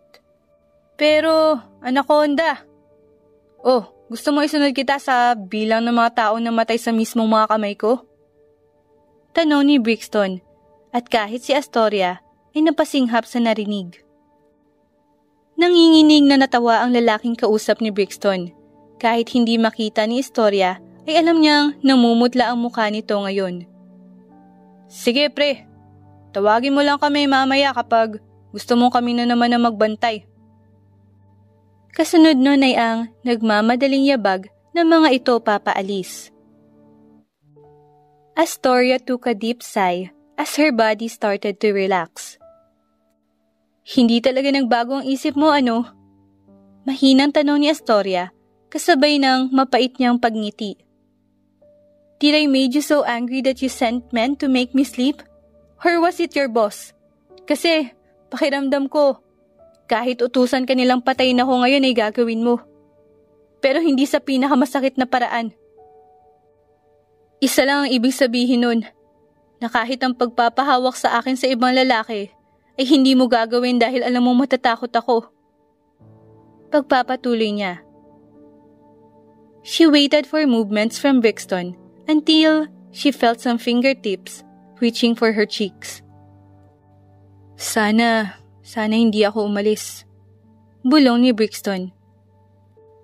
Alam mo ba, hinahangaan kita noon. It was admirable how you can manage to handle both your studies and work at school. I couldn't do that because I was a princess. That's why I'm kinda disappointed when I became a model. Kasi yun lang ako. Tapos naisip kita. I knew I'd be embarrassed to face you if we meet in a reunion at school because you'd probably be successful, while I stayed a princess. I couldn't be as good as you. Narinig ni Astoria ang marahang pagtawa ni Brixton. She gasped a bit when Brixton's fingers reached for her chin, making her look up. And then, you meet me as your kidnapper. Thrilling, ain't it? Jerk! Astoria mused that made Brixton chuckled more. Part your mouth, Astoria. Utos ni Brixton na ikinabog ng dibdib ni Astoria.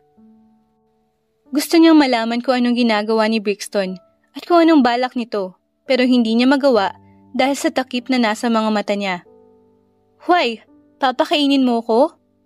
Tanong ni Astoria kay Brixton na ngayon ay nakangisi na. Yeah. Something sweet. Sagot naman ng loko-loko na ikinangiti ni Astoria bago sinunod ang utos nito. And without any further ado, she felt something soft launch toward her lips. Manamis-namis nga iyon. Gumalaw ang labi ni Brixton sa sensual na paraan na ginaya lamang ni Astoria. She couldn't fully understand herself. She knew it was wrong to submit herself to her kidnapper, but she can't help it. Inaakit ni Brixton ang buong pagkatao ni Astoria at hayon naman si Astoria na handang-handa na magpaakit. Handa na ba ang lahat? Tanong ni Pinuno sa mga tauhan niya. Opo, Pinuno. Nakaset up na rin po ang telepono para sa isang video call. Sagot ng isa sa mga tauhan. Mabuti. Sige, akin na at tatawagan ko ng ama nito. Inilahad ni Pinuno ang kamay niya at agad namang ibinigay ng tauhan ang isang telepono. Ang teleponong iyon ay ang teleponong pagmamay-ari ni Astoria. Na kay Brixton iyon, pero dahil hiningi ni Pinuno, ay hindi na magawa pang makalusot ni Brixton. Sa gilid ni Pinuno ay si Astoria na nanatiling nakatali at may busal pa rin sa bibig. May panyo rin sa mga mata nito na hindi pa tinatanggal. At kahit nasa ganoong kondisyon, ay nanatili siyang kalmado.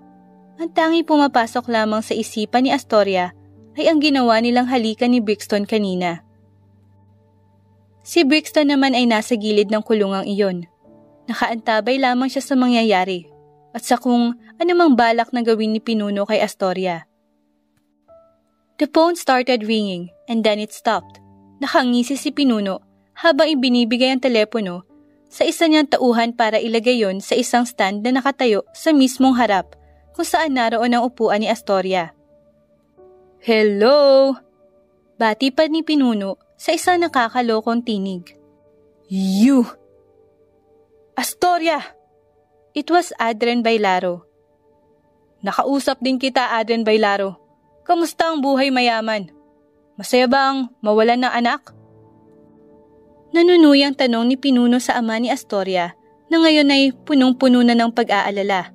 How dare you! Hindi ko alam kung sino ka at kung anong balak mo, pero wag na wag mong idadamay anak ko rito. My daughter didn't do anything awful to you. Wala nga. Pero yung ama ay mayroon. Kaya sino bang dapat na gamitin? Hindi ba ay ang anak dapat? And maybe you're confused. Ang ibig kong sabihin ay ang pagtakbo mo sa eleksyon. This is playing dirty. Kasali ka ba sa mga tatakbo sa eleksyon? Hindi mo ba alam na hindi tama ang ginagawa mong to? How will people vote for you and trust you when you are a cunning, wicked man? Putol ni Adren Bailaro sa iba pang sasabihin ni Pinuno na ikinasalubong ng kilay nito. Pinuno chuckled heavily. Do you want your daughter to live or not? What? Namutla ang buong mukha ni Adren pagkatapos magkasan ng baril ni Pinuno. Itinutok nito ang baril sa ulo ni Astoria na nanatiling walang imik. Ang gusto ko lang naman ay umatras ka sa eleksyon. Gusto kong huwag kang sumali sa pagtakbo bilang presidente. Saka ko ibibigay ang buhay ng anak mo. Kapag hindi mo nagawa ang gusto ko, ay asahan mo may paglalamayan ka. Ngising demonyo sabi ni Pinuno. Oh, wait. Maybe you'd like to talk to your daughter. Pinuno asked before he faced Astoria. Utusan mo ang ama mong huwag nang tumuloy. Naiintindihan mo ba ako? Mahal mo naman siguro ang buhay mo, di ba? Bulong pa ni Pinuno sa tapat ng tenga ni Astoria. Tinanggal ang takip sa mata niya at bumungad sa kanya ang kwartong hindi ganoon kalakihan. Astoria's eyes flew towards Brixton, who was leaning on the wall with his jaw clenching. Sunod niyang inilapat ang mga tingin sa telepono kung saan naroon ang dad niya. Dad? Astoria called worriedly. Astoria! I'm sorry, anak. I will save you. Okay? Huwag kang matatakot, Astoria. Hindi ko na itutuloy. No, Dad. Huwag kang makikinig sa kanya. He only wanted you to stop running as the president because he knew how powerful you are. Huwag kang matakot sa kanya, Dad. I'm not scared. Ayos lang na mawala ako. Kung alam kong makakaligtas ka ng iba pang tao na tulad ko. Don't let someone as evil as this guy roam around the... Tumabingi ang mukha ni Astoria pagkatapos siyang sampalin ni Pinuno ng malakas. Brixton moved, but Astoria's eyes found him. Sa mga mata pa lang ni Astoria ay pinipigilan na niya itong gumalaw. Napaiwas ng tingin si Brixton at mas lalong kumuyom ang kamao niya sa galit. Hindi iyan ang utos ko sa'yo, Astoria Bailaro.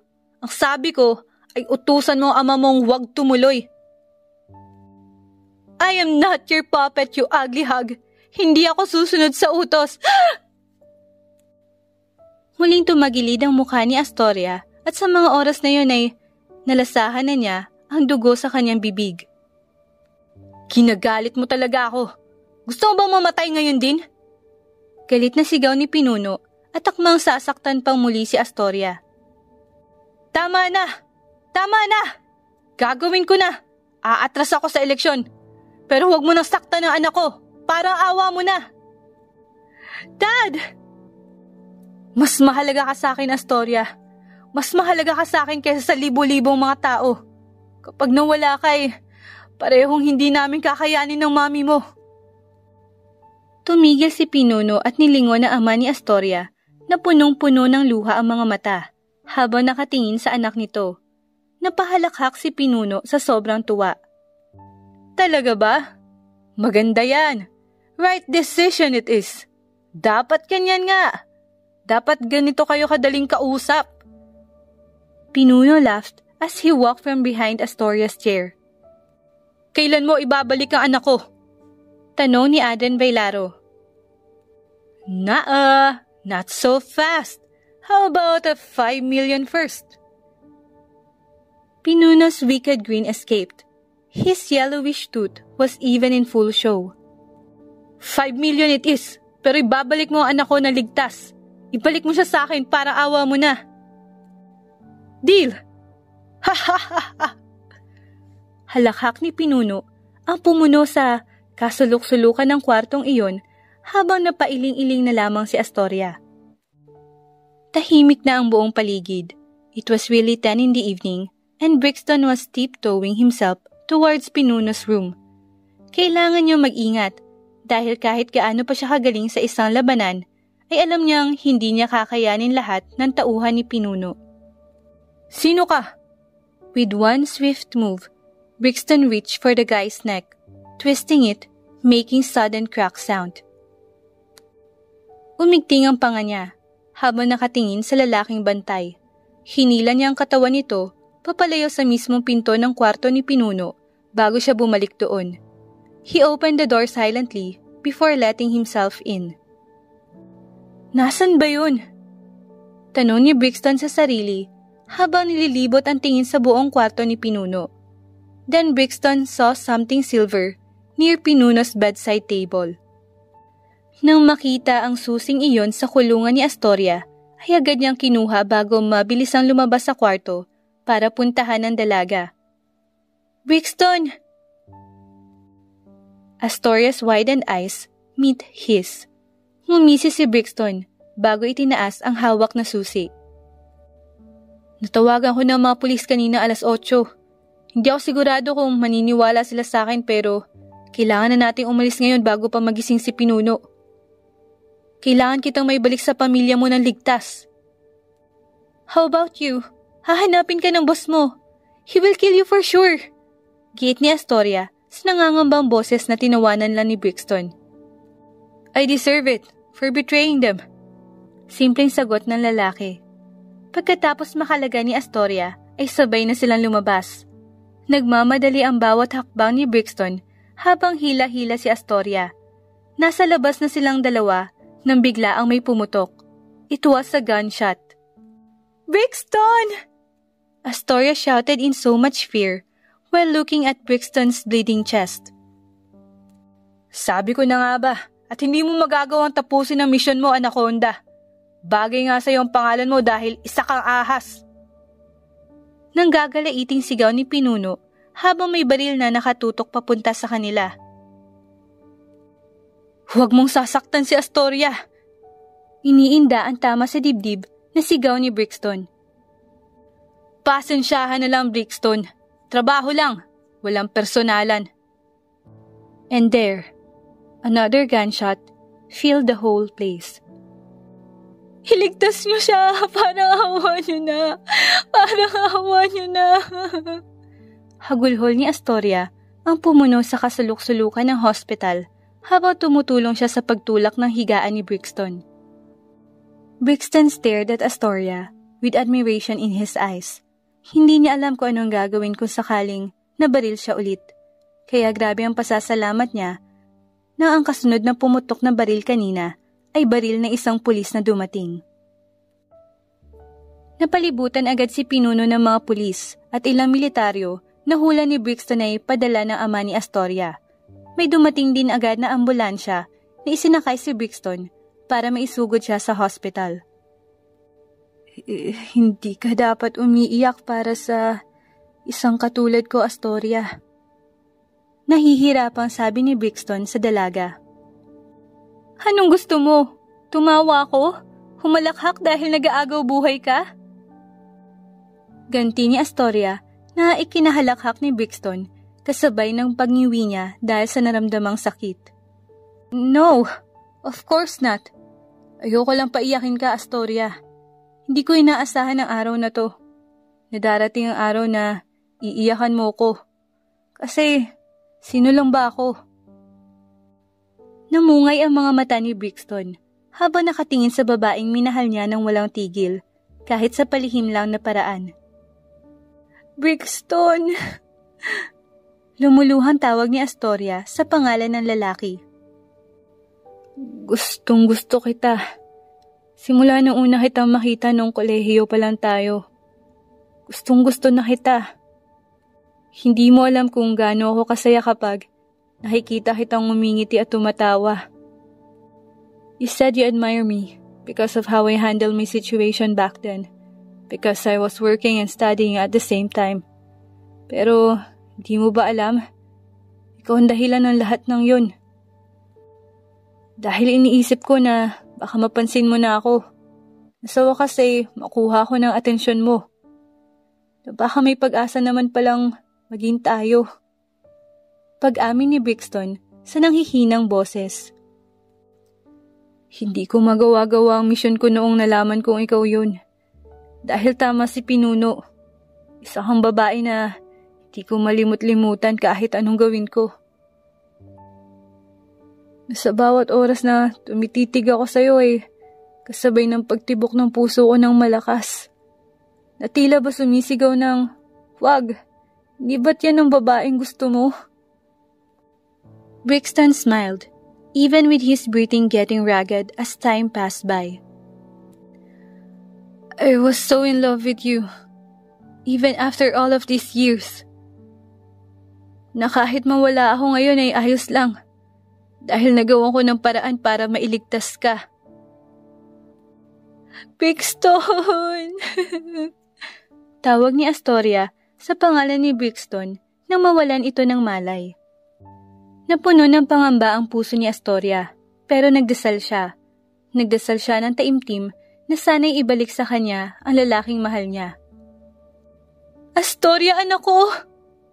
Napatayo si Astoria sa kinauupuan niya at sinalubong ng yakap ang inang si Annabel Bailaro.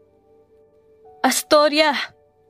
Tawag sa kanya na amang si Aden Bailaro na ikinulong silang dalawa ng kanyang ina sa isang yakap. We were so worried about you.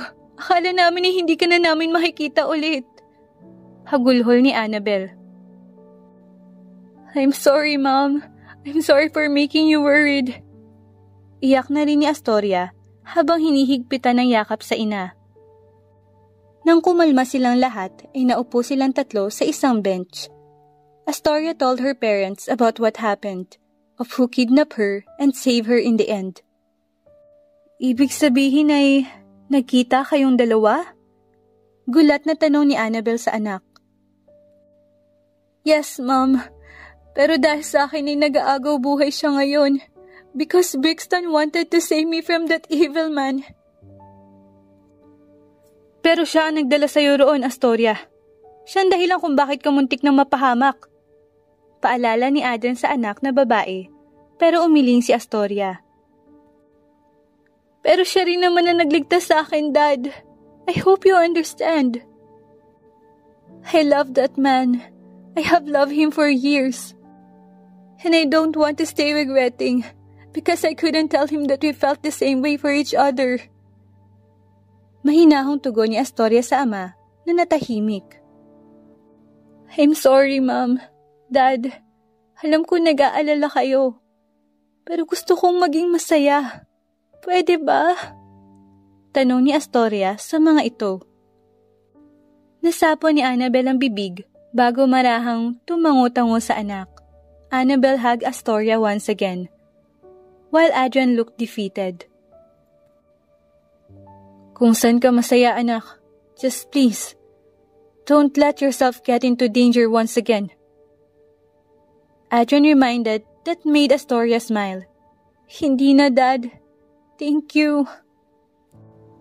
Habang nag-uusap ang pamilyang Vailaro, ay biglaan lumabas ang doktor sa OR. Agaran namang napatayo si Astoria para salubungin ito at nang makita ni Astoria ang maginhawang ngiti ng doktor ay nasapo niya ang sariling dibdib. Oh, thank God he is safe. Astoria murmured at the back of her mind. Siya ba talaga to? Oo nga, kita mo. That familiar tan skin and bad boy look. Si Brixton talaga to. Brixton could hear people talking around him. Familiar sa kanya mga boses na iyon, kaya pinilit niya ang sariling magising. Napapikit-pikit pa si Brixton pagkatapos ng unang bukas niya sa kanyang mata. May narinig siyang suminghap kasabay ng isang kamay na humawak sa kanya. Hinanap ni Brixton kung sino ang taong iyon at ganoon na lamang ang pagkabog ng dibdib ni Brixton pagkatapos bumungad ng mukha ni Astoria sa kanyang mga mata. Thank God you are awake, Astoria announced with a smiling lips and teary eyes. Why am I here? Takang tanong ni Brixton kay Astoria. Muling gumala ang tingin ni Brixton sa paligid at bumungad sa kanya ang nanlalaking mga mata ng kaibigan si Jassel at ang nanlalaking mata ng kaibigan ni Astoria na si Kahel. You were shot. Nakalimutan mo na ba? Pati ba ako ay nakalimutan mo, Brixton? Nag-aalala ang boses na tanong ni Astoria. Bakit? Sino ka ba? Tanong ni Brixton sa seryosong tono ng boses na ikinasinghap ni Astoria. Kasabay nun ay ang pagpatak ng luha sa mga mata ni Astoria dahil sa sakit na nararamdaman niya. Stop joking like that, Brixton. Why do you have to forget about me? Tatawagin ko ang doktor. There's probably something wrong. Hindi ka natamaan sa utak, kaya bakit nawala ang memorya mo? Frustration was laced on Astoria's voice as she turned around to get out when Brixton held her wrist. Sino ka ba sa buhay ko? Bakit galit na galit ka? Bakit ka umiiyak? Sunod-sunod na tanong ni Brixton na ikinatigil ni Astoria. Astoria looked so defeated as she shook her head. I'm particularly... No one. Garalgal ang boses na sagot ni Astoria kay Brixton.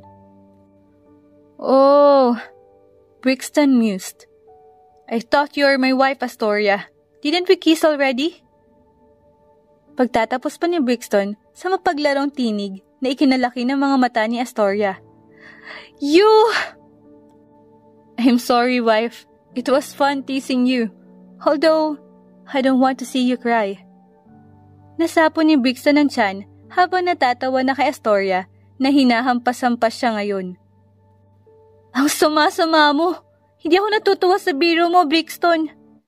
Angil ni Astoria sa galit na boses. Pero sa isang iglap, ay nuhuli ni Brixton ang kamay ni Astoria, pagkatapos ay hinila niya ito paupo sa gilid ng higaan niya. Bakit ka ba kasi umiiyak? Shouldn't you be happy because I'm finally going to die? I caused you that accident, you know. Muntik ka nang mapahamak dahil sa akin. I would never be happy if you die, Brixton. Bakit pa ganyan ka? You're so heartless. Putol ni Astoria sa iba pang sasabihin ni Brixton.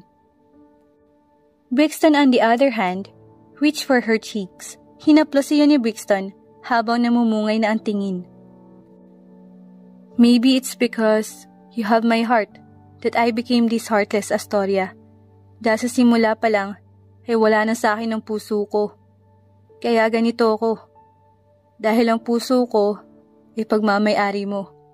At mananatiling pagmamay-ari mo hanggang sa dulo. Mahinahong sagot ni Brixton kay Astoria na natigilan. Nasa iyo rin naman ang akin, bulong ni Astoria. Sapat lang para marinig ni Brixton na hindi agad nakaimik. Nag-angat si Astoria ng tingin kay Brixton. I prayed so hard for you to wake up because I have so many regrets in the past. I couldn't tell you before that I like you. That I was actually always there around you because I love staring at you. I love your smiles, the way you teach people, the way you help other people, the way you talk, the way you laugh, the way you walk, even the way you run. I love everything. At nakatatak sa akin lahat ng yun. Kaya nung nawala ka, parang gumuho ang mundo ko. Hindi maalis ni Brixton ang tingin kay Astoria na ngayon ay namumula ang muka. Sumisinghot pero nakikita ni Brixton ang katapangan sa mga mata ni Astoria. I regretted not telling you how I feel then. May kakayahan ako hanapin ka. Pero naduwag ako. Because you have everything. And I don't mean riches, but a world on your own. Where you seems to brighten at my every sight. Habang ako, wala. Shh, Astoria. Hinaplos ni Brixton muli ang pisngi ni Astoria.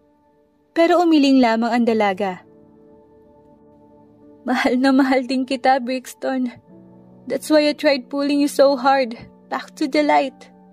Hindi yun dahil sa pamilya mo. Pero dahil makasarili ako. I wanted you back for myself. And I'm sorry for being selfish. Because I never felt sorry for feeling like that. Mahal na mahal kita. Na gustong-gusto kong itali ka sa tabi ko sa paraang hindi ka na ulit makakawala. Brixton chuckled unbelievably. Napamura siya sa likod ng kanyang isipan habang hindi makapaniwalang nakatitig sa mukha ng babaeng kumuha sa atensyon niya noon. The girl of his dreams is confessing to him, reciprocating the love he has for her. Tama, Astoria. Huwag ka umasa na makakatakas ka pa pagkatapos ng lahat ng sinabi mo.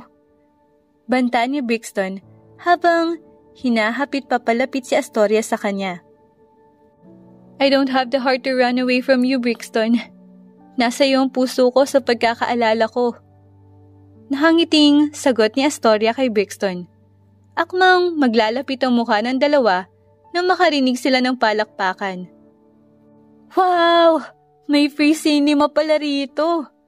Romance drama pa ang genre. Galing ng mga artista. Kahel fakely uttered as she nodded her head. Tumaas ang kilay ni Astoria roon. Ang ganda nga, love. May ganito pala sa hospital. Gatong naman ni Jassel na ikinasalubong ng kilay ni Brixton. You too! Labas! Sabay na sigaw ni Brixton at Astoria sa dalawa na nagtatawanan muna bago sinunod ang gusto nila. Napailing-iling na lamang si Astoria at Brixton pagkatapos mawala ng dalawa. Now, where were we? Pilyong tanong ni Brixton habang hinihila ang mukha ni Astoria papalapit sa mukha niya. In the hospital? Sagot naman ni Astoria habang kumikislap ang mga mata. Wrong answer. Baka dito makatama ka, Miss Astoria. Gusto mo bang kumain? Tanong ni Brixton na ikinatawa ni Astoria ng manghina.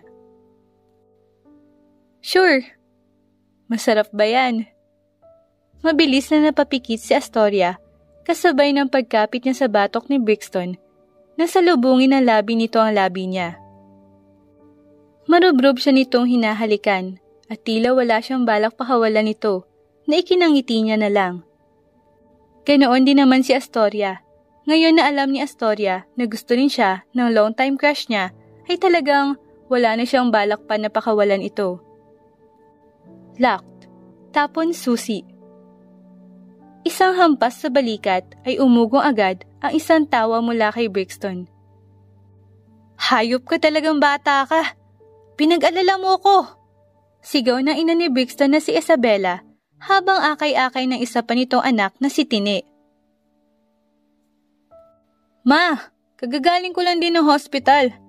Twinnie tayo kaya bakit ka nananakit? Tawang-tawa na tanong ni Brixton sa ina na hindi man lang ngumiti. Bwisit ka talaga. Kala ko kung ano na nangyari sa'yo. Akala ko ibinenta mo ng mga organs mo sa isang mayamang pamilya. Kaya biglaan dumating ang pamilya nitong nobya mo. Isa pang hampas at lumayo na si Isabela sa anak na nakangiti pa rin. Ma naman, paano ang pogi mong anak kapag ibinenta ko lahat ng organs ko? Saka ikaw na nagsabi, may nobya ako. Paano ko iiwanan ng nobya kong to ang ganda-ganda. Hinapit pa ni Brixton sa bewang si Astoria na namula ang buong muka. Iha, baka nabagok lang ang ulo mo. Pwede pa magbago ang isip mo tungkol sa anak ko. Kita mo yan? Dinuro ni Isabela ang anak na sumaludo pa. Sira ulo yan kahit mukhang seryoso. Ulo mo lang ang sasakit kapag pinakasalan mo ang batang yan. Tuloy ni Isabela. Grabe na yan, ma ha. Nandito ako para manghingi ng basbas kasi magpapakasal kami tapos ganyan ka? Mama ba talaga kita? Totoo bang hayop ako? Kasi kung oo, anong klaseng hayop ba para mahanap ko ng totoo kong parents? Hinanakit ni Brixton na ikinalukot ng mukha ni Isabela habang natatawa na ang dalawang kasama nila Astoria at Tine. Alam mo, Brixton, itinataboy na kita. Simula ngayon ay hindi na kita anak. Ganti naman ni Isabela kay Brixton na napahalakhak na. Pagkatapos ng baldagulan nila ay pumasok sila sa loob ng bahay ng mga Avila. They talk about the upcoming marriage and so are Astoria and Brixton's plans. Habang si Isabela naman ay tuwang-tuwa sa mga narinig niya. Itinago ni Brixton ang totoo tungkol sa nakaraan para na rin sa kaligtasan ng ina niya. Pero pagkatapos nun ay nangako siyang magbabago na. Magiging masaya tayong pamilya. Panigurado yun. Napalingon si Brixton sa nobyang katabi. Astoria smiled at him. Nakikita mo ba talaga ang sarili mong kasama ako sa dulo? Tanong ni Brixton na ikinatango ni Astoria. Oo, ganun ako kabaliw sa'yo. Brixton chuckled heartily. Kahit masama akong tao noon? Tanong ulit ni Brixton sa mahinang boses. You've changed. And you know what? I'm so into people like you. Especially that it is you. People who change for the better, despite everything. A person who strived to do good, even after all the bad lucks that had happened to him. At kung hindi pa halata at hindi pa rin sapat ang mga salita ko, ay gusto kong sabihin ulit ito sa'yo. Mahal na mahal kita, Brixton. Sinserong sabi ni Astoria. Mahal na mahal din kita, Astoria. Kaya pwede bang hingin ko ulit ang kamay mo? Pwede bang pakasalan mo ko? Tanong ni Brixton habang lumuluhod sa harap ni Astoria kasabay ng paglabas ni Brixton ng isang singsing. What? Astoria gasped. Alam kong napag-usapan na natin ang tungkol sa kasal. I never formally asked you for marriage, so I wanted to do it now. That we got your parents and my family's blessing. I wanted to marry you, Astoria. From the moment I saw you in our freshman year, I know I was doomed to feel this way until I die. That my system will forever circulate around your presence, and without you, it will bleed, and will continue to bleed until all that I have left are shallow depths. So in this day, I wanted to hear it from you, Astoria Vailaro. Will you finally marry me? Madami-daming tanong ni Brixton sa nanginginig na boses habang nakatingala kay Astoria na nasapo ang bibig. You know you really don't need to do this, Brixton. Because even without formally asking me, you knew I'd always say yes to you. Kasi ikaw yan eh. Nangingiting tugon ni Astoria kay Brixton. Astoria became teary-eyed as she held her hand in the air. Yes, I am going to marry you. Sa kahit saan, sa kahit anong paraan. Pipiliin ko pa ring mahulog sa'yo. Pagtatapos ni Astoria sa sasabihin niya na ikinakurap-kurap ni Brixton. Long time crush mo talaga ako, no? Hulog na hulog ka eh. Biro ni Brixton kay Astoria na napahalakhak na. Parang ikaw hindi ah. Kante ni Astoria sa nobyo na napangisi. Ano ka ba? Tayo lang to. Brixton playfully winked at Astoria at sa dahan-dahan na paraan ay isinilid ni Brixton ang singsing sa palasingsingang daliri ni Astoria. It sealed what they have, na kahit anuman ang haharapin nila sa kinabukasan ay haharapin nila ng magkasabay, ng magkahawak kamay. 3 years later, Baby, no! Natatarantang kinuha ni Astoria ang hawak ng anak na laruan pagkatapos nitong balak iyong ipasok sa sariling bibig.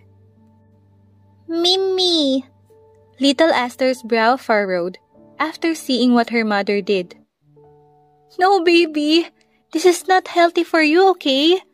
Paalala ni Astoria sa anak na si Aster, pero sumimangot lang ito.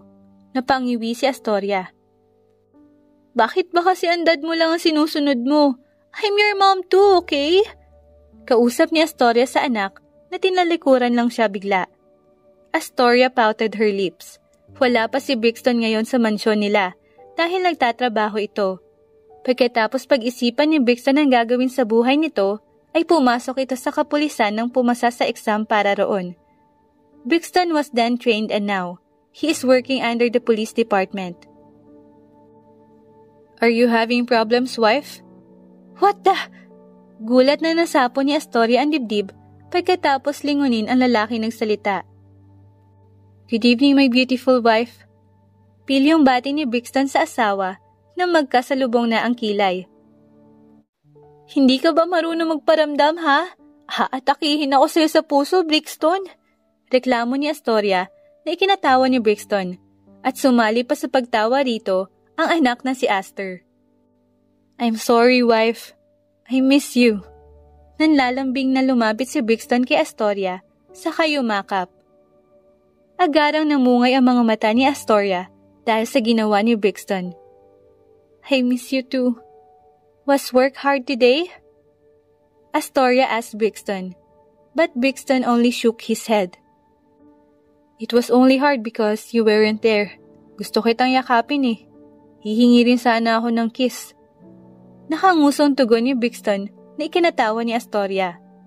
Wala kang matatapos kung nandoon ako. Pilyang sagot ni Astoria kay Brixton na napangisi na rin. Panigurado yan. How about you? Was our darling little angel giving you a hard time? Humiwalay si Brixton mula kay Astoria at kinuha si Aster mula sa crib nito. Didi! Didi! Tawag ni Aster kay Brixton habang nakangiti na. Astoria smiled, looking at her own family.